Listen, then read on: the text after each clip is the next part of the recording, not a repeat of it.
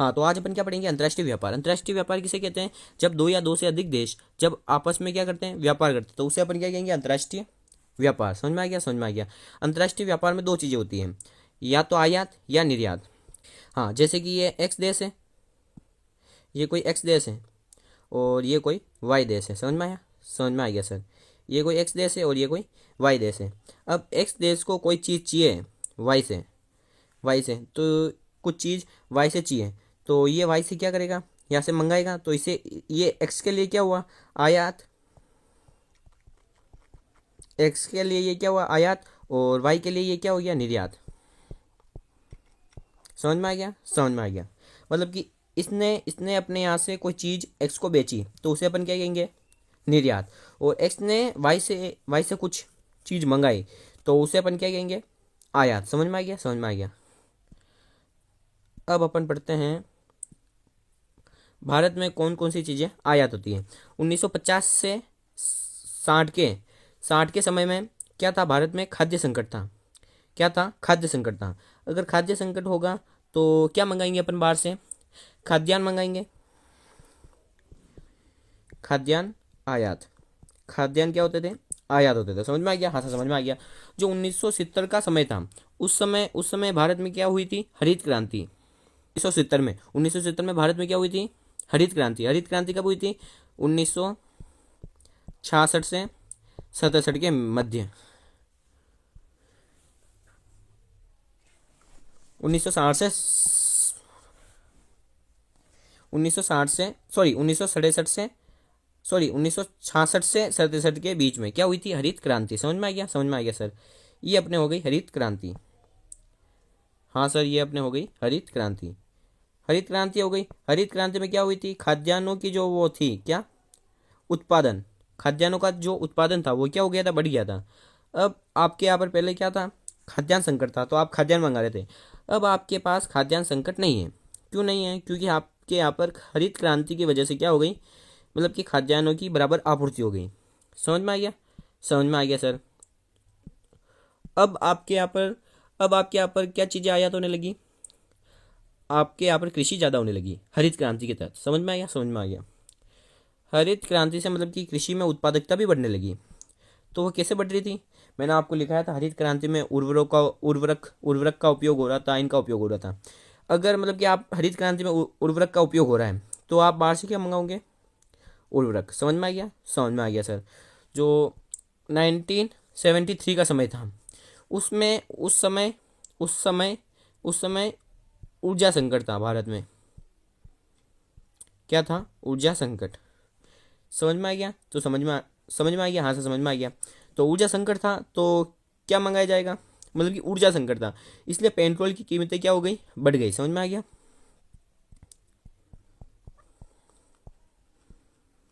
Petrol की कीमत क्या हुई, बढ़ गई। ये आपको मोटा मोटा समझ में आ गया, हाँ सर समझ में आ गया।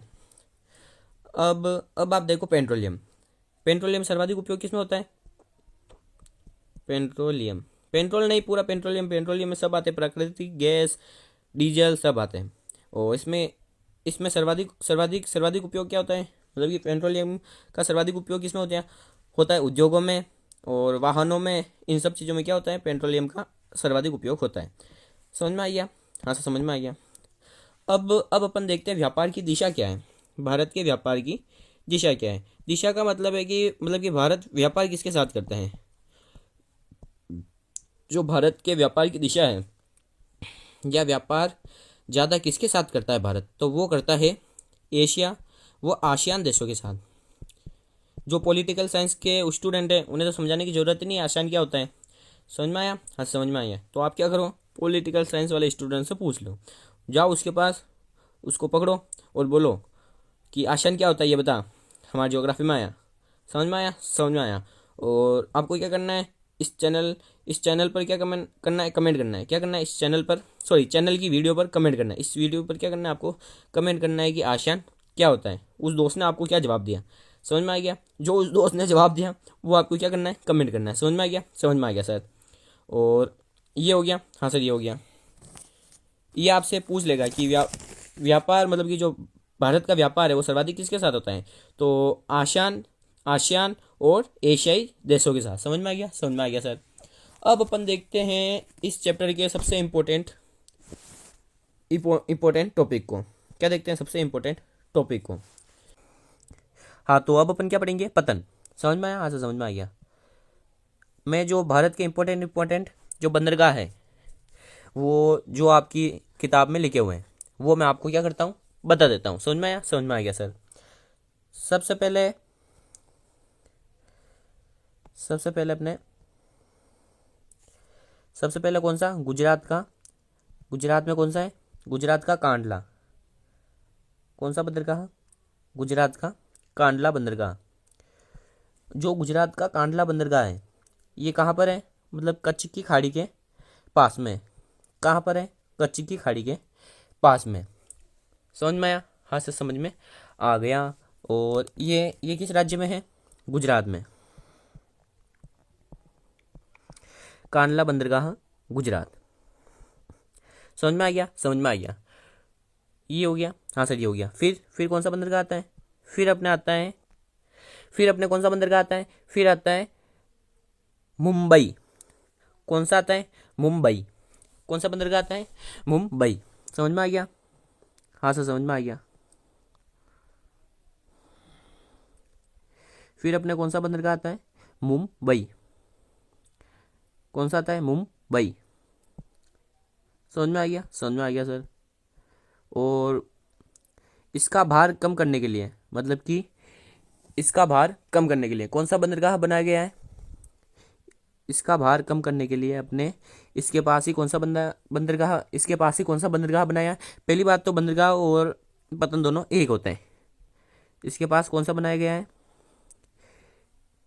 इसके पास बनाया गया है जवाहरलाल नेहरू पोर्ट, JLNP। समझ में आ गया, हाँ सर समझ में आ गया।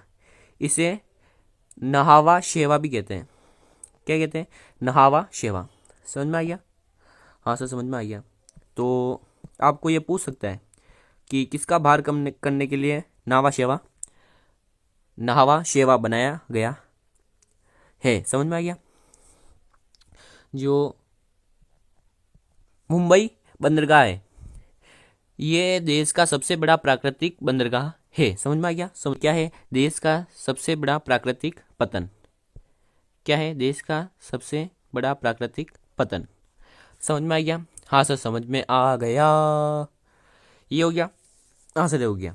और जो ये जवाहरलाल नेहरू पोर्ट है, जवाहरलाल नेहरू पोर्ट कह लो या इसको कह लो, नावा, या इसको कह लो नहावा शेवा। क्या कह लो, नहावा शेवा। समझ में आया, हाँ से समझ में आ गया,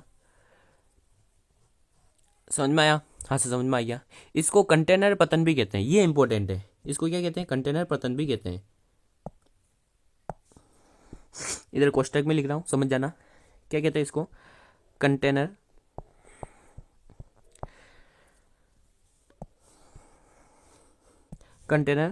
पतन।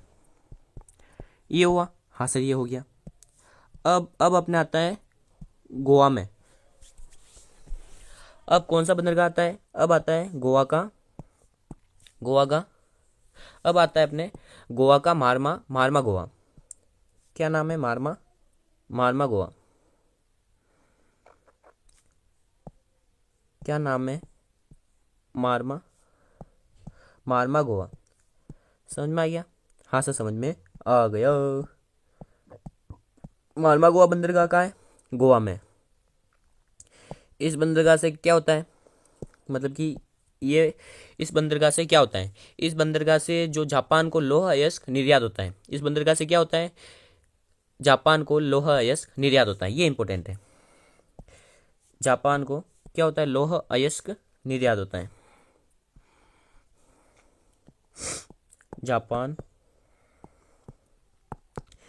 जापान को लौह अयस्क,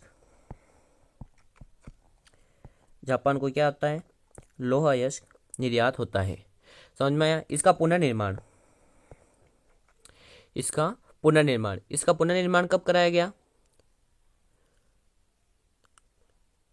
इसका पुनर्निर्माण पुनर्निर्माण पुनर्निर्माण कब कराया गया? 1961 में। कब कराया गया था? 1961 में। ये याद रहेगा? हाँ सर, ये याद रहेगा। और गोवा से कौन सी रेल निकलती है? कोंकण रेल। समझ में आ गया? समझ में आ गया। ये हो गया अपने महात्मा गोवा। फिर आता है अपने न्यू मंगलोर। फिर अपने कौन सा आता है? न्यू मंगलोर। कौन सा आता है? न्यू मंगलोर। कौन सा आता है? न्यू मंगलोर। ये कहाँ पर है? ये अपने है कर्नाटक में। ये अपने कहाँ पर है? कर्नाटक में। कौन सा? न्यू मंगलोर। अगर मैं थोड़ा नाम गलत ले रहा हूँ तो सॉरी, आप इसका सही नाम क्या कर लें, कमेंट कर दें। समझ में आया? हाँ समझ में आया। ये कौन सा है? न्यू मंगलोर। कहाँ पर है? कर्नाटक में। इससे भी क्या होता है? लोह अयस्क का क्या होता है? निर्यात होता है। और ये सब हो गया? हाँ सर, ये हो गया। इससे भी क्या होता है? लोह अयस्क का निर्यात होता है। समझ में आ गया? हाँ सर, समझ में आ गया। अब आता है अपने कौन सा? कोच्चि। कौन सा आता है? कौन सा आता है? कोच्चि बंदरगाह। अब अपने कौन सा आता है? कोच्चि बंदरगाह। कौन सा? कोच्चि बंदरगाह। ये कौन सा? कोच्चि बंदरगाह। ये कहाँ पर है? कर्नाटक में। कोच्चि बंदरगाह कहाँ है? कर्नाटक में। समझ में आ गया? हाँ सर, समझ में आ गया। अब ये इधर वाले तो हो गए। हाँ सर, इधर वाले तो हो गए।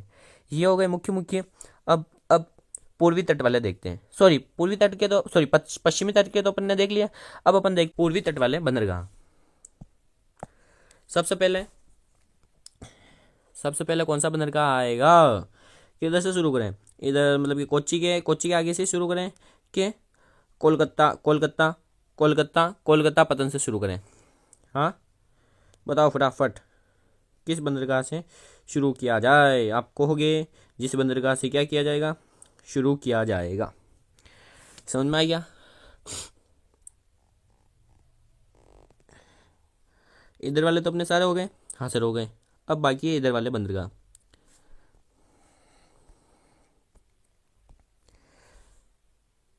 सबसे पहले अपने आता है हुगली नदी पर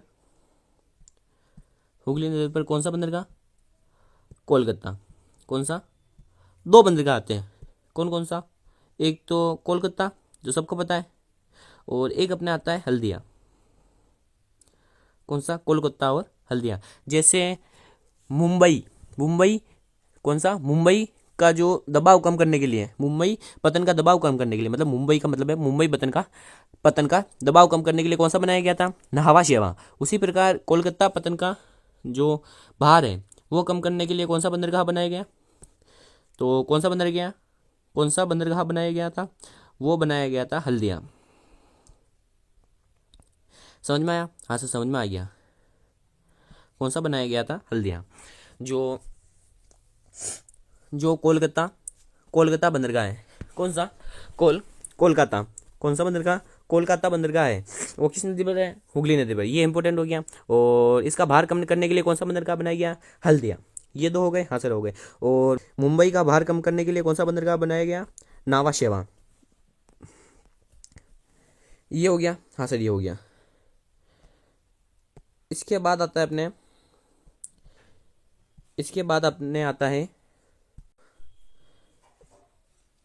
इसके बाद अपने कौन सा बंदरगाह आता है? इसके बाद आता है अपने पारादीप। कौन सा आता है? पारादीप। पहले मैं सब बता दूं, फिर मैं थोड़ी थोड़ी बातें सबके बारे में बता दूंगा। फिर आता है अपने पारादीप, और फिर आता है अपने विशाखापट्टनम। समझ में आया? हाँ सर, समझ में आ गया। और फिर आते हैं अपने 3 बंदरगाह एक साथ। कौन कौन से हैं? तीनों आते हैं अपने चेन्नई में, मतलब चेन्नई सॉरी तीनों आते हैं अपने चेन्नई के आसपास, मतलब कि एक चेन्नई के ऊपर है, एक चेन्नई के नीचे है। मतलब तीनों कहाँ आते हैं? तमिलनाडु में।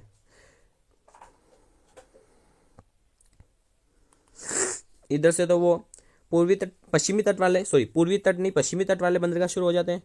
तो इधर अपने कौन सा आता है, ये अपने चेन्नई हो गया, ये अपने क्या हो गया, चेन्नई बंदरगाह हो गया ये वाला। और इसमें कंफ्यूजन होता है कि एन्नोर ऊपर है, तूतीकोरिन ऊपर है, कौन सा ऊपर है कौन सा नीचे है। तो ए फॉर एन्नोर, एन्नोर क्या है ऊपर है, और जो तूतीकोरिन है वो क्या है चेन्नई के नीचे है। समझ में आ गया, समझ में आ गया। मतलब ये चेन्नई के ऊपर हो गया, ये चेन्नई के नीचे हो गया। चेन्नई कहाँ है, बीच में। ये हो गया आपके, हाँ सर हो गया। और ये कौन सा है, ये कौन सा बंदरगाह है, ये अपने है विशाखापट्टनम।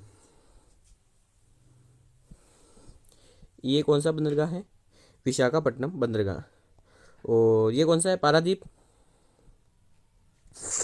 अब इनके बारे में थोड़ी थोड़ी बातें अपन देख लेते हैं। सबसे पहले कोलकाता बंदरगाह, ये बंदरगाह क्या कहाँ पर स्थित है, जो कोलकाता बंदरगाह है। अब अपन एक एक के बारे में बात कर लेते हैं। जो कोलकाता बंदरगाह है ये किस नदी पर बना हुआ है, हुगली नदी पर। किस नदी पर, हुगली नदी पर। किस नदी पर बनाया गया है, हुगली नदी पर। और कोलकाता का भार कम करने के लिए किस बंदरगाह को बनाया गया है, हल्दिया बंदरगाह को। समझ में आ गया, समझ में आ गया, हाँ सर हो गया। अब आता है हल्दिया। हल्दिया बंदरगाह क्या करता है, लो अयस्क का कोयले का इनका क्या करता है, निर्यात करता है। समझ में आ गया, हाँ सर समझ में आ गया। फिर आता है अपने पारादीप। कौन सा आता है, पारादीप। पारादीप बंदरगाह कहाँ पर है, ओडिशा में। समझ में आ गया, हाँ सर समझ में आ गया। और ये किस नदी पर बना हुआ है, तो ये बना हुआ है अपने महानदी पर। महानदी, किस नदी पर बना हुआ है, महानदी पर। समझ में आ गया, हाँ सर समझ में आ गया। पारादीप पारादीप पारादीप पारादीप पारादीप कहाँ पर है, ओडिशा में। और ये किस नदी पर बना हुआ है, महानदी पर। कौन सी नदी पर, महानदी पर। इसके नीचे कौन सा आता है, मतलब कि इसके नीचे कौन सा बंदरगाह आता है, इसके नीचे आता है अपने विशाखापट्टनम। कौन सा बंदरगाह आता है, विशाखापट्टनम। अब कौन सा आता है, विशाखापट्टनम पतन। समझ में आ गया, समझ में आ गया। ये कौन से राज्य में है, तो ये है अपने आंध्र प्रदेश।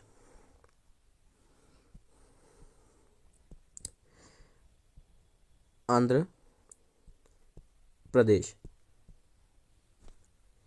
आंध्र प्रदेश। ये कहाँ पर है, आंध्र प्रदेश में। समझ में आ गया, समझ में आ गया सर। और और और और जो ये बंदरगाह है ये क्या करता है, ये क्या करता है, ये भी लोहा अयस्क का क्या करता है, निर्यात करता है। और तो विशाखापट्टनम, विशाखापट्टनम जो बंदरगाह है ये क्या है, ये एक भूआब्द, क्या है, भूआब्द पतन है। समझ में आया, हाँ सर समझ में आ गया। अब आते हैं अपने तीनों बंदरगाह, कौन कौन से, चेन्नई, एन्नोर और तूतीकोरिन। समझ में आ गया, कौन कौन से, चेन्नई, एन्नोर, तूतीकोरिन। जो चेन्नई पतन है, चेन्नई पतन, ये कब बनाया गया था, ये कब बनाया गया था, ये बनाया गया था अपने 1859 में। और जो चेन्नई पतन है ये कब बनाया गया था, 1859 में। और ये कहाँ पर है, तमिलनाडु में। और ये एक कृत्रिम पतन है, कृत्रिम। जैसे कि मुंबई प्राकृतिक बंदरगाह है, वैसे ही चेन्नई क्या है, कृत्रिम पतन है। समझ में आ गया, हाँ सर समझ में आ गया। जो एन्नोर है, एन्नोर भी तमिलनाडु में है, तूतीकोरिन भी कहाँ है, तमिलनाडु में है। समझ में आ गया। और ये हो गया आपने, हाँ सर ये हो गया। तूतीकोरिन कोयला और नमक आदि का क्या करता है, निर्यात करता है। ये आपको समझ में आ गया, हाँ सर समझ में आ गया। अब कुछ हवाई अड्डे आते हैं, क्या आते हैं, हवाई अड्डे। और सिंपल सिंपल से आते हैं, आप मतलब कि 2 मिनट मतलब कि मैप निकालना और आपको मेन सिटी पता होना चाहिए। वहीं पर ही क्या है, इंपॉर्टेंट बंदरगाह है, वो आपको मैप भरने के लिए दे सकता है इसमें। समझ में आया? तो ये आपका चैप्टर यहाँ पर क्या होता है, समाप्त। समझ में आया, समझ में आया। तो थैंक यू।